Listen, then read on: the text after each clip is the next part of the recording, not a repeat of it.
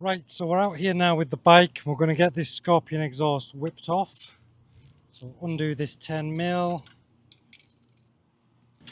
release the exhaust shield,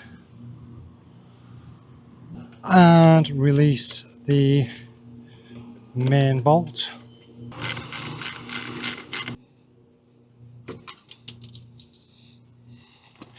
And that is that off. You will need to retain the main bolt because that needs to be reused with the GPR. I'm looking at this bracket here because I'm pretty sure that that is for the mounting of the original heat shield. So we'll just keep that to one side. We'll tighten that up later on. That goes on there. And then it would be a case of getting this aligned. So it looks like that might have to go in there first to then get that.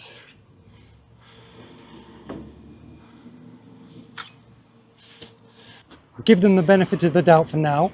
I'm going to take this rail off and see if it fits without the rail. So I'm hoping that this is a case that it will fit without the rail on, and then we just put the rail back on afterwards.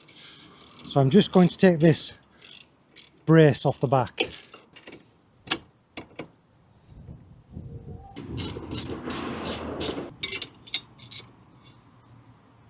Right, that's the brace off. Let's get this exhaust on here.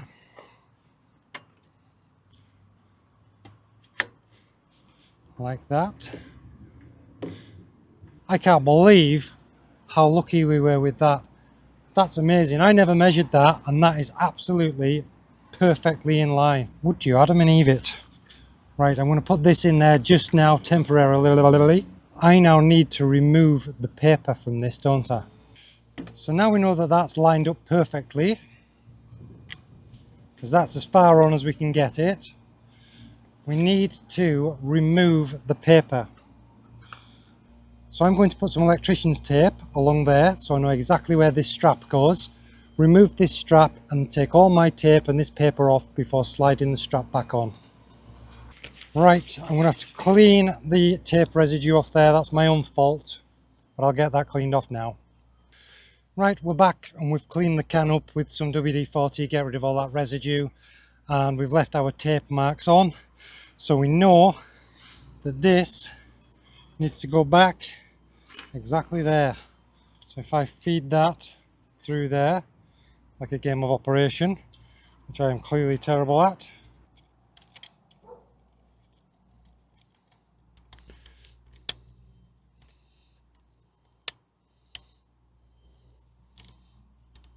So we're now actually ready to put all three of these in. I'm not being funny, but the Scorpion is considerably easier to fit than this. Now I've tried to line that up perfectly with that rivet. Now I'm assuming that that rivet is actually in the correct place, as in right in the center. And again, we can just see this issue here. I don't know if you can see that on the camera, but you just have this gap here just by my thumb. There's not really much I can do about that. Right, so one thing I'm noticing is this rivet on the can end and this rivet here on the front aren't actually in line with each other. If you look down the can, when you thought it was perfectly in line, you can see the can end is twisted. So fortunately we can get some movement on this. So I think we just need to go ahead and get everything set up and get it put on just one last time.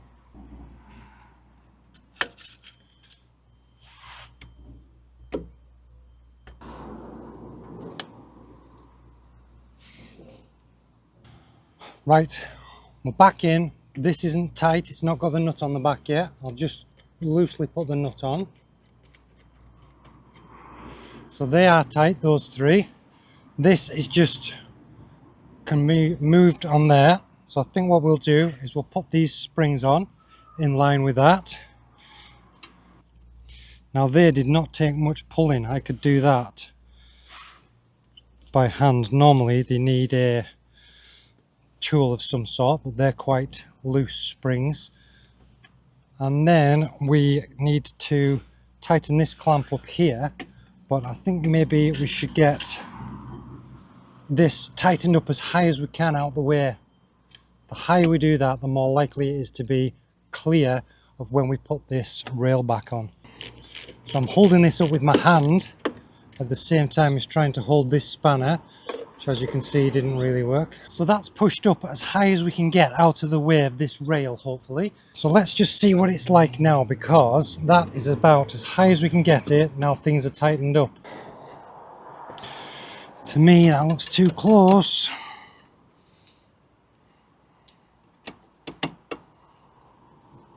Now I can manipulate this slightly by trying to turn it in its clamp, and that does give us a little bit more gap, but it then makes the angle of the exhaust not quite right.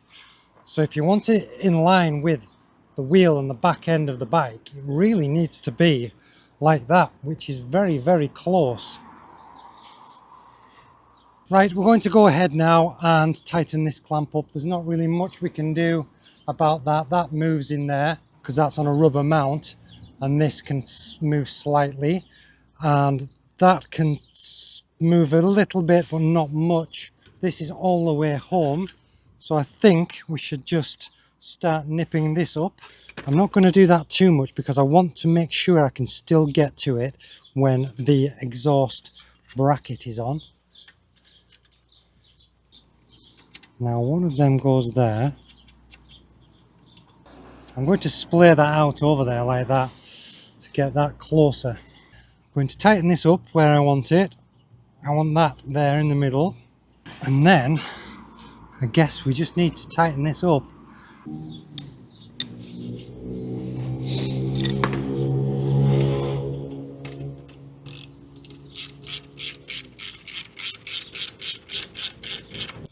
And then that is the finished article.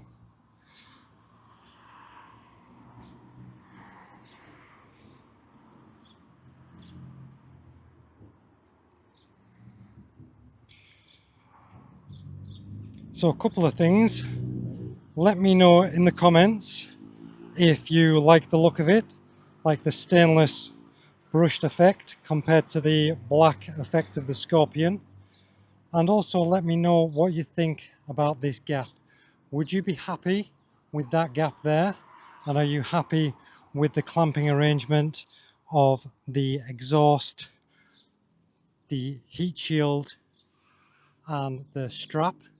One last thing I've realised, I need to take off these pieces of tape. So now what we'll do is a sound test.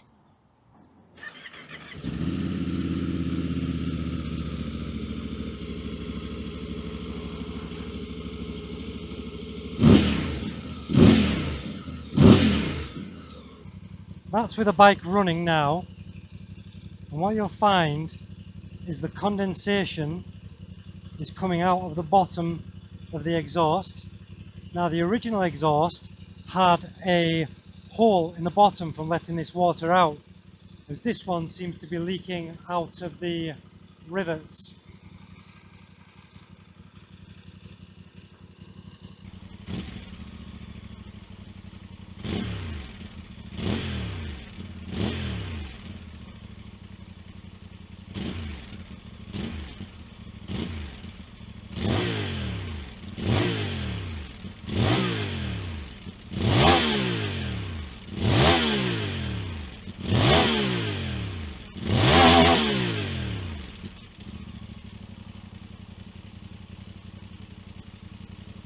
Right, because we don't have circlip pliers, I'll be messing around with the pliers and a screwdriver. Now I did try and do it whilst it was running, and I found the problem was the exhaust heated up and the baffle heated up, everything expanded and I couldn't get it out. So I did get it out earlier when it was stone cold, but now it's got hot. It's a lot more difficult, but I'm trying to persevere to get this out so that you can hear it without the baffle in. So I have managed to get this under there, and I am trying to get this out now without poking myself in the eye is the main factor. Right, so that's that out. Now you'll see the baffle is like that. So you can see all the way down the baffle and you can see down there. It's still pretty hot, to be honest. Right, now we can do a sound check without the baffle in.